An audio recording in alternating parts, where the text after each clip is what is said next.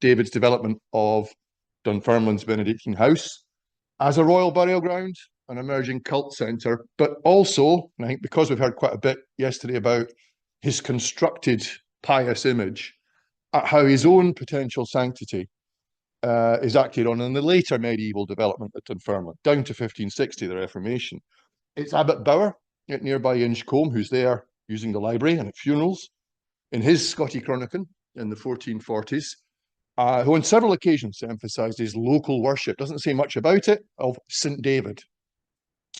Bower also reproduces key bits of text from Aelred's eulogium for David. But down to the Reformation, we have no further indication of just how a cult of David might have developed at Dunfermline, alongside that for his saintly mother, Queen Margaret, if at all, really. Until we get a frustratingly cryptic and short synod complaint of about 1580 that a few Benedictines of Dunfermline, with doors bolted and barred, keep watch in their ruined choir by the shrines of Margaret and St David and the sepulchres of Bruce and Randolph. Now, I think that raises a danger here, and one I've fallen into several times, that as we know little from the extant written record about Dunfermline's development for considerable stretches of time, there are big gaps, we might overlook the possibility of a major liturgical architectural change or event. Or equally, we might fill the vacuum with unreasonable speculation, and yes, I'm going to have a go at some of that today. After all, until Rob Bartlett's 2003 edition, we're very indebted to this work, of a 15th century manuscript copy, which is now archived in Madrid, of a 13th century collection of the miracles of St. Margaret, we were unaware of one really important event. That is that on the 19th of June, 1180, Dunfermline saw the first translation of Margaret's remains through from her original nave burial, the West End, the original church, where she was apparently laid to rest adjacent to her Holy Cross altar, and into the extended David I era choir, so through to the new eastern end. So this sees a tomb shrine positioned to the north of the high altar, perhaps part of the Easter sepulchre. These are English examples following that kind of model. And crucially, though, this is a ritual delayed by the refusal of her remains to advance without the remains of her husband. So it's in this miracle story to that tale. He also has to be translated, Malcolm III. Now that, of course, we had hitherto associated with Margaret's official canonization in 1249 and her subsequent translation shortly thereafter to a new full East End feretory shrine. The culmination, this was, of building works begun about 1226 and of papal lobbying urged by Alexander II and his abbot, Abbot Robert, from about 1245, for which many of those 40 or so miracle stories had been assembled. Now, however, the assertion of John of Fordun's inherited source that this ceremony occurred on the 19th of June, so the same date, but in the second year of Alexander III, so 1251, not 1250, and this might seem like splitting hairs, that places this 2nd of 19th June translation in exact alignment with the calendar of 1150, and thus at the close of the octave of Trinity Sunday in those years, that year. And as well, it's also at the end of a full Jubilee century since the Abbey's dedication. And that comes from and links back to Geoffrey Barrow's invaluable work on David I's charters. We already heard quite a bit about that. He identified Trinity Sunday, the 11th of June, 1150, as the date of David's dedication of Dunfermline Abbey, having completed enough of the choir. Now, I think that raises the importance of being sensitive to unnoticed continuities, or for David, maybe unfinished business with Dunfermline. Although he's an old man, he dies too soon. In 1180, Dunfermline's abbot and monks may well have been acting for themselves, without royal direction, perhaps out of fear that William I's 1178 foundation of Arbroath Abbey, dedicated to Becket of Canterbury, so Dunfermline wouldn't have been totally unhappy about that, would cut off the tap of royal patronage and burial at Dunfermline. and or, we might speculate, a desire also to emulate the development of a royal shrine as completed for St. Edward the Confessor's translation at Benedictine Westminster in England on the 13th of October, 1163. Just as that saint would be moved to another new royal shrine by Henry III at Westminster on the same date in 1269, so that lining up the dates is important. However, is the bridge back from 1180 back to David's original intentions, perhaps unfinished for Dunfermline, the long career there of Abbot Geoffrey II, as he's known, who serves from 1154 to 78. He had succeeded his uncle, also Geoffrey I, briefly prior of Christ Church, Canterbury, whom David persuaded to serve from 1128 as his first abbot of his newly raised abbey at Dunfermline. Geoffrey I works closely with David, has to oversee the major works of the 1120s to 50s, including building east to west, probably, of the new choir and its dedication in 1150, and then David's own funeral in 1153. I think we must acknowledge their partnership in continuing work begun under David's older brothers as kings, both interred in Dunfermline's nave. Certainly, Alexander I, I think, does something there. Later chroniclers assert he added to the house in property and buildings. Now, as we heard from David Brun yesterday with his table of charters, Dunfermline was at the top for David I's reign in terms of the extant charters. 33, I think, was the total. Many charters from David really attest to his tremendous generosity to this house, very often explicitly in memory of his parents, his several brothers, and his other royal predecessors, as well as for his own soul. And those are quite often gifts attested by his queen and his son until 1152's heir, Henry. And they do seem to cluster in approximate dating. Again, we're indebted to Barrow here, around the Abbey's 1128 foundation, top there, and the 1150 dedication. Oh, sorry, I lost my place. Now, as Martin McGregor and Isla Williamson have argued, I think that underscores for David as well the huge importance of physical and spiritual filial association, as they call it, for David at Dunfermline. The earliest extant charter mention of gifts to Dunfermline being given in honour of Saint rather than just Queen Margaret come from about 1165 to 82, so it's a charter from a local, Waltheof of Inverkeithing. But I think the real presence at Dunfermline of a growing popular cult around Margaret's tomb and her secondary relics associated with her protective and curative powers, as the miracle stories tell us, surely began quite quickly after 1093, if not from exactly that moment, given some of the stories. And they intensified, most likely, through David's own reign, Alexander's too. One of Margaret's collected miracle stories records a prior of Dunfermline, Gregory by name, cured of painful carbuncles by prayer at Margaret's tomb, who then lived afterwards for around 30 years. Now, rather than, as Rob Bartlett suggests, this being a mistake for the mid-13th century Abbot Geoffrey, only serves for 2 years, isn't this surely likely to be an error for our Abbot Geoffrey II, 54 to 78? If so, that allows us to draw back in time several of the shorter, slightly more vague miracle stories, as you might expect, into the 12th century, back to David's time. So there's evidence of the popular cult. But if the pious David had genuine spiritual motives to venerate his sacred kin, I think politics are also at play. We've also heard quite a bit about this. Now here, I'm going to draw off and on some of the findings of our ongoing ground penetrating radar survey of Dunfermline's, or in search of Dunfermline's choir, destroyed at the Reformation and overbuilt by the Georgian Abbey Church. This is a project which has been able to provide some new evidence for the form of the choir and its liturgical arrangements and its burials by about 1560, though much disturbed subsequently. So really the choir after that 13th century translation to the Ferretry Shrine and the addition of a north transept Lady Chapel dedicated to the Virgin, along with a burial ground.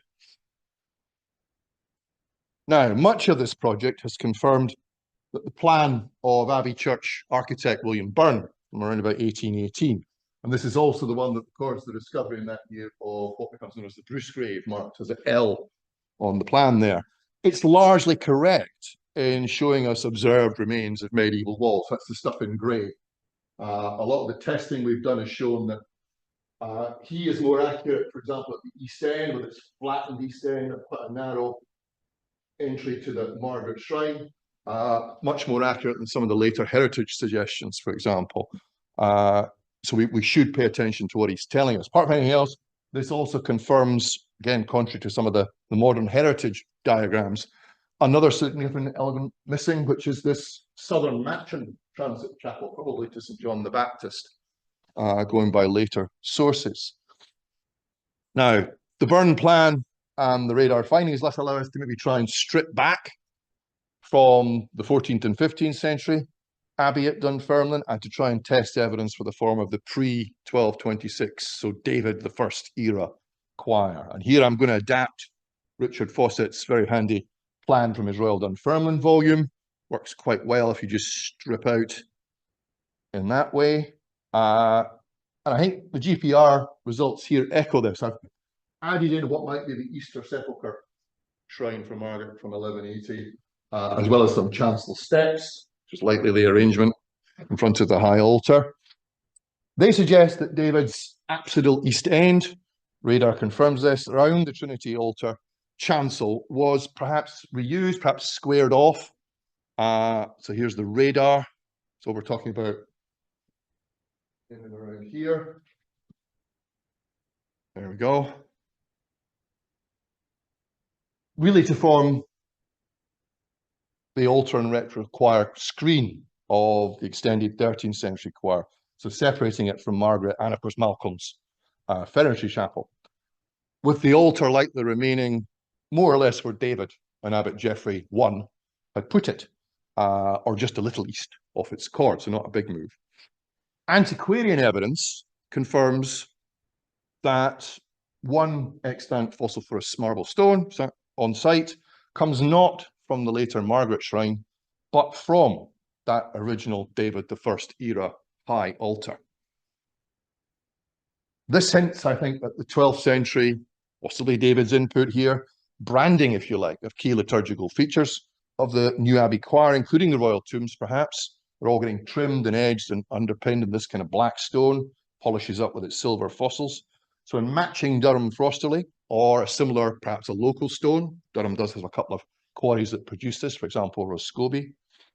This chimes, I think, with the profound architectural influence at Dunfermline and upon its development of Durham's Benedictine Cathedral Priory, drawing on the intense connections there for his parents, older brothers, and himself with the cult shrine of St. Cuthbert. However, I would suggest there may be other models also shaping David's choice of architecture and layout and decoration at Dunfermline. As Henry's brother-in-law, back to his church, David's church, and he's the Earl of Northumbria, David could easily have been present at the English king's ritual foundation of his Cluniac Benedictine Abbey at Reading on 18th of June, 1121, where Henry would be buried in 1135 beneath a marble slab right in front of the high altar, dedicated to the Virgin and St. John the Evangelist. I mean, this has been the subject of a big ongoing project at Reading, investigating this area in front of the high altar, not really finding firm evidence for Henry's burial and tomb, maybe just the traces of it, much destroyed under a car park, as English kings tend to end up, and the subject of some romantic 19th, 20th century painting in the form of his funeral. And David, though, could also have been well aware, this confirms his inherited link to Canterbury in developing Dunfermline as a reformed monastic church. As Earl, he would surely have seen for himself the rebuilt Canterbury Cathedral Priory, pre-Becket's cult with its Trinity Chapel at the East End. And of course, even along with Westminster, in its earlier form, and its emerging royal burial ground around the tomb of St. Edward the Confessor, as we've heard, it's David's own great-great-great-uncle. His tomb's opened before Henry I in 1103. It's David maybe there. And this is something much venerated by David's sister Matilda. These are all surely churches directly influencing David's desire to further shape a dynastic mausoleum and cult church at Dunfermline. Now, time for a wee bit of speculation. Does some of the contradiction that we have in Scottish annals and king lists, some English contemporary chronicles like William of Malmesbury, as to exactly where some kings end up being buried? So Malcolm III, Duncan, Donald, Edgar, is it Iona, Dunfermline, a couple of other suggestions, Dunkelden's in there. And Malcolm, and of course his son Edward, have to be moved, reinterred from Tynemouth to Dunfermline before 1124. Does some of that maybe reflect a deliberate reorganization of burials, dynastic burials at Dunfermline after 1124, involving the new choirs? This is David, maybe. The MacGregor Chalmers excavation of Dunfermline's nave, this is 1911, uncovers only really far too small a number of burials, if they are elite burials, to account for all the possible royal interments before 1124. And there's little sign of disturbed and scattered bone, for example. The Margaret and Malcolm graves, of course, here would be empty because of 1180, because of 1250. But I do wonder, might their sons too have been translated through from the very busy public parochial nave, as it becomes, into the secure choir? Perhaps during David's reign or slightly later, realizing plans he had ahead of a translation for Margaret, and even perhaps a canonization campaign, which would have preempted one for the confessor in England, but in the end doesn't happen, perhaps because David is so preoccupied with the English succession conflict. Or does that very crisis and conflict itself further prompt David's mausoleum representation at Dunfermline, say through the 1130s and 40s, as a response to both internal claimants to his own throne, so his own dynastic rivals in the north, and to his niece Matilda's rivals in England? In that context, this again touches on some of the stuff we heard yesterday, the recitation and even the iconographic ritual representation of the royal brothers' genealogy, in their case both Gaelic, Scots native and Saxon, might that have been just as important and just as prominent a feature of funerals and anniversary prayers at Dunfermline, the mausoleum, as they were as a huge part of royal inauguration ceremonies at Scone? It's John Bannerman who points out that David's charter confirmations of some of Dunfermline Abbey's possessions and his addition of further gifts round about the dedication year of 1150 name witnesses who clearly seem to be, again, this group of possible native learned poets, royal officials really, who are so important when it comes to ceremony at Scone in reciting the new king's pedigree and composing a praise ode, as well as presenting the scepter. I do wonder if that, the scepter has to be removed from the dead king's possession and then taken to Scone. So there's a reciprocal ceremony for these officials at Dunfermline and Scone, hence the need for it to be at least 2-3 days apart, most often. Now, if we turn to some of the seal imagery and the kind of intensifying Trinitarian veneration that may be going on at Dunfermline and royal symbolism of this into and through the 1220s, and Trinitarian symbolism is riddled throughout the miracle stories. Vigils of 3 nights, journeys of 3 weeks, suffering of 3 years, Margaret appearing in train with 3 nights, 3, 3, 3, 3. Might that also have influenced David and what he's doing at Dunfermline? He is reportedly, well, this is part of the constructed image, a king committed to the canonical hours and giving charity to the poor, just like his mothers and sisters. So aware of the kind of intense use of Dunfermline as a base for expressions of royal piety. His new abbey will have 3 towers and 3 choir chapels for the Trinity, the Virgin, and St. John, the north and south aisles. Although it's possible that the true black cross of his mother was the first focus of his third veneration. Does he thus also maybe anticipate what emerges as a trinity of royal saints apparent at Dunfermline by the later 13th, 14th centuries?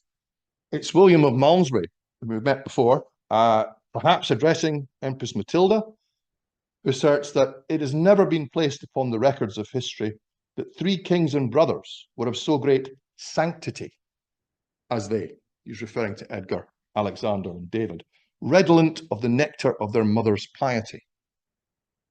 Now, I asked a question about this yesterday. Rather than anticipating his own beatification or even canonization, David could also have venerated his other older brother, Ethelred, lay abbot of Dunkeld, who aids the miraculous escape of Margaret's body from Edinburgh Castle in 1093, gets her to Dunfermline, where he too dies of a mixture of grief quite shortly thereafter, and is buried at Dunfermline. However, there's Aelred's intense eulogium for David, and John of Hexham's later 12th century tale about the stormy waters at the Forth calming as David's coffin approaches in 1153. I think it's more likely that explicit Dunfermline interpretation of a royal trinity quickly moved to embrace and further construct David's own sanctity. So it's these three, Malcolm, Margaret, David, rather than the brothers as a trio. This may have provided yet more impetus to a need for translation and rearrangement of the tombs at Dunfermline, involving now the newly completed choir by 1150, 1153. The results of the GPR surveys for the Northern Lady Isles, this is the first section we actually stand here. Let me just flip it. There we go. So east-west, west-east, as it were, just turned it round. That suggests multiple early slab grave burials, possibly arranged in pairs, quite tightly formed down that aisle.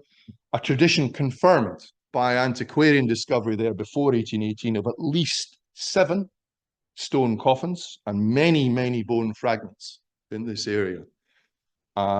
Later 14th, 15th century burials are more likely to have favoured, so I'm suggesting like that, although with perhaps David and Malcolm in the central presbytery of the choir in front of the chancel steps, and beyond that, the high altar. But the later 14th and 15th century burials in this space surely favoured box monuments with interments above the floor. Certainly David's Parisian model, that's the model of bodies in the box. So that body that was found in 1818 beneath the floor in what is a 17th century shape, or late 16th, early 17th century shaped lead, and what looks like an early modern room or burial room cut, that is most likely a post-Reformation rescue burial, rather than the original site of his burial. He would have been in his box, so the box gets smashed. Now, by contrast, we might envisage rather more simple, incised marble slabs, grave burials, or low effigial tombs for David, his grandson Malcolm IV, buried to his right, according to Fordingbauer, and the other earlier royals at Dunfermline, both in the nave and if they're moved through, as I'm speculating later on. So similar to those for Henry I and his ancestors at places like Caen, Reading, Westminster, Winchester, Bermondsey, and later Fontevraud.